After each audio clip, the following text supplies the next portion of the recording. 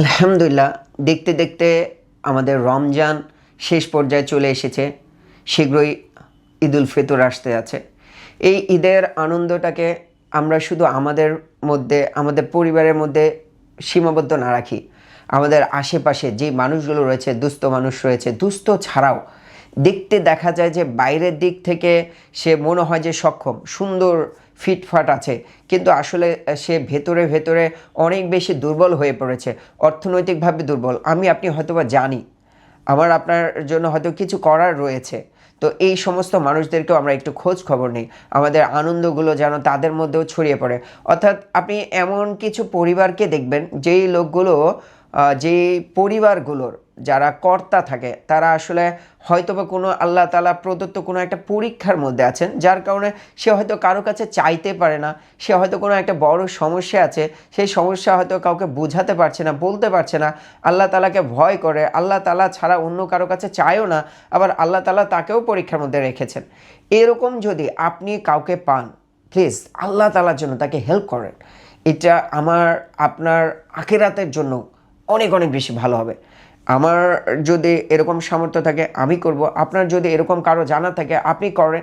এটা আমাদেরকে অনেক অনেক বেশি সুন্দর একটা আমাদের সমাজ ব্যবস্থা, একটা বন্ধন আরও অনেক ক্ষেত্রে সহযোগিতা করবে। সো আমি মনে হয় মেসেজটা ক্লিয়ার করতে পেরেছি।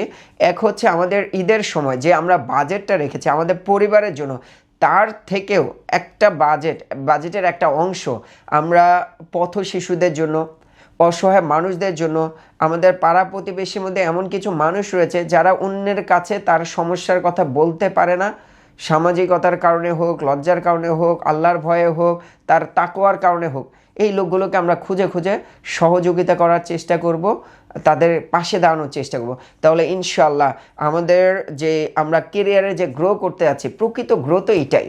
আমার দ্বারা সমাজের উন্নয়ন হলো, আমার দ্বারা আল্লাহ তাআলা মাখলুকের খেদমত হলো, আমার দ্বারা মানুষের উপকার হয়েছে।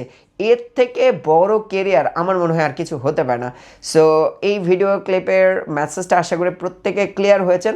আপনি নিজে এটার উপরে আমল করেন, অন্যকে উদ্বুদ্ধ করেন, পাশাপাশি এই ধরনের যে ভিডিওগুলো আছে বা এই ধরনের যারা কাজ করছে তাদের সাথে আপনি সম্পৃক্ত হয়ে তাদের হাতকেও মজবুত করেন, নিজেও এরকম টিম গঠন করেন যে আপনার এলাকার মধ্যে আপনি কাজ করবেন, আপনার জেলার মধ্যে কাজ করবেন, বিভাগে কাজ করবেন, সারা দেশব্যাপী কাজ করবেন, শুধু দেশ নয় সারা বিশ্বব্যাপী আপনি কাজ করবেন। এরকম একটা স্বপ্ন দেখেন, প্রচেষ্টা চালান, ইনশাআল্লাহ আল্লাহ তাআলা সফলতা দান করবেনই করবেন ইনশাআল্লাহ। সো আমাদের প্রত্যেকের ঈদটা অনেক অনেক বেশি আনন্দময় হোক, অনেক বেশি সাফল্যমণ্ডিত হোক।